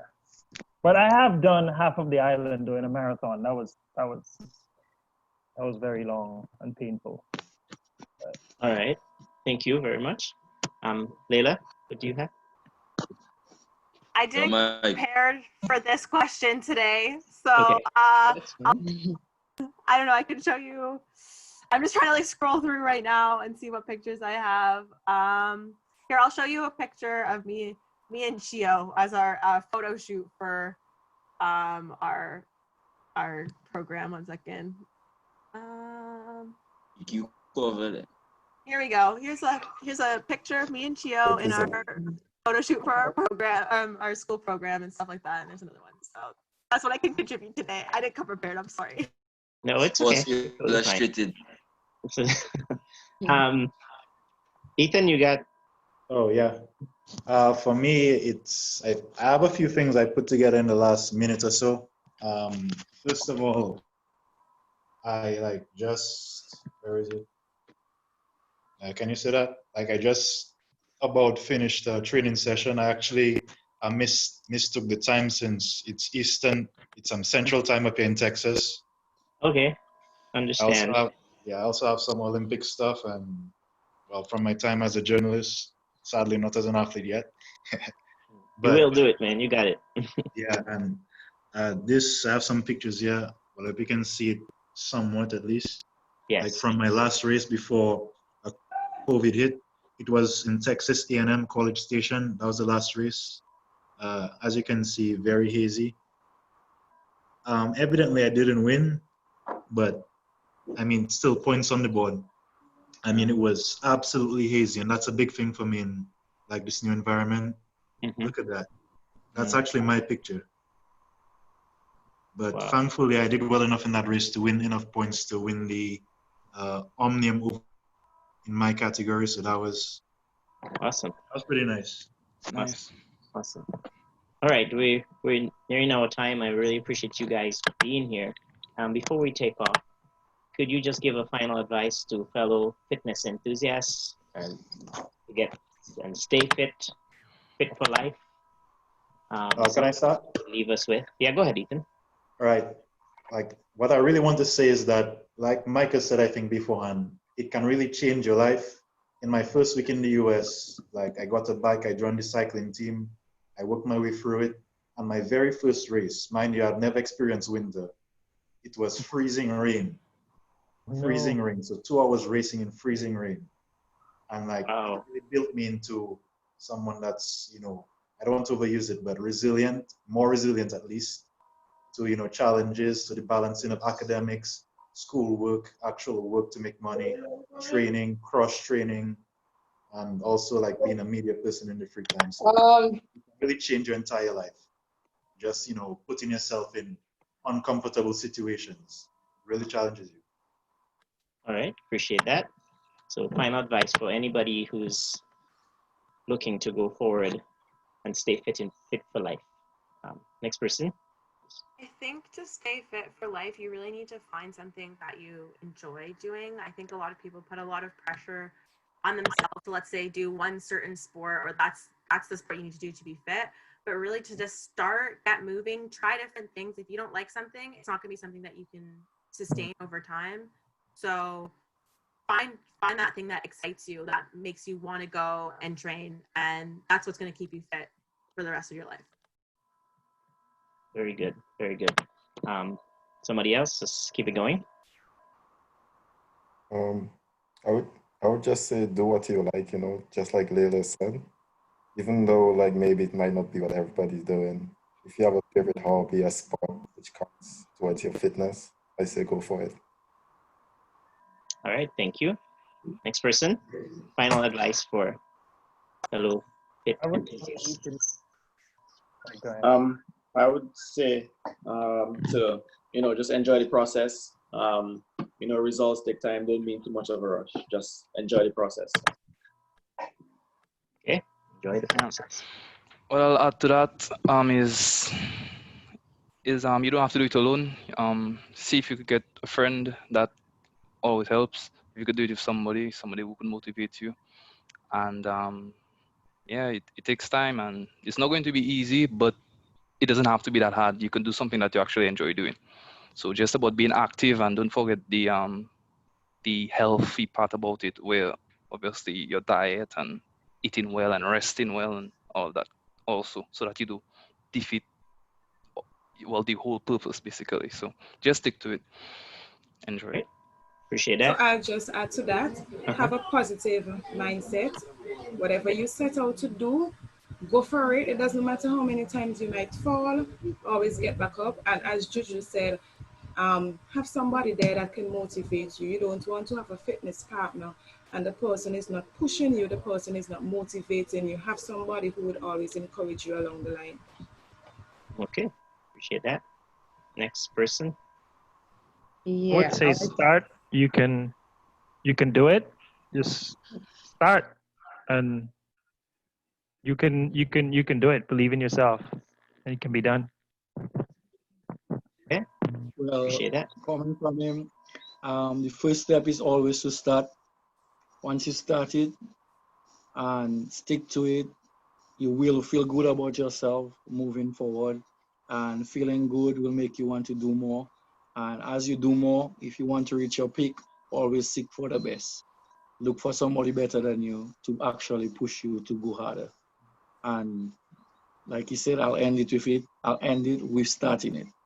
Just that. Okay. Alrighty. Next person. I think we have.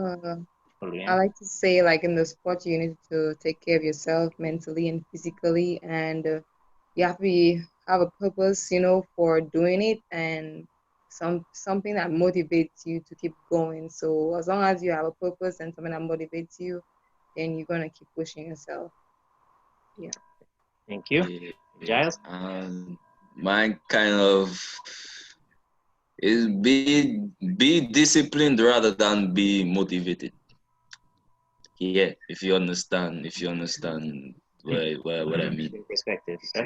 Yeah. It's like, so let me explain it. So like those that under the life that don't understand what I mean is every day you get up, even though you don't want to do it, you still get up and go do it because you want to get it. Because today you can feel motivated, like, yeah, I run 2 miles, and then tomorrow you can be like, my legs are to me, so you're not gonna do it. So you lose your motivation. But then if you're disciplined, you will be like, okay, I have to get up and go run 2 miles today. Like, yeah. So be disciplined instead of motivated, and yeah, you'll be fine. Awesome. And a lot of people are commenting on you guys' really good knowledge and awesome input you have given, and impressive portfolios, and I echo that too. Thank you all so much for being here this evening, and I learned so much from all of you, and I'm really thankful that you were able to give such great insight, and hopefully we can have a better fit world, more healthy world as a result of this. And I hope you will be willing to come back again sometime in the future, on a future live, in relation to maybe another topic similar or more. I do this on Tuesdays at 8 o'clock. So please join again. And I thank you all for being here, and stay alive. Do something different and fresh every day. I'll see you. For sure. Thank you. Yeah, respect. Thanks for having me. Thanks for having us.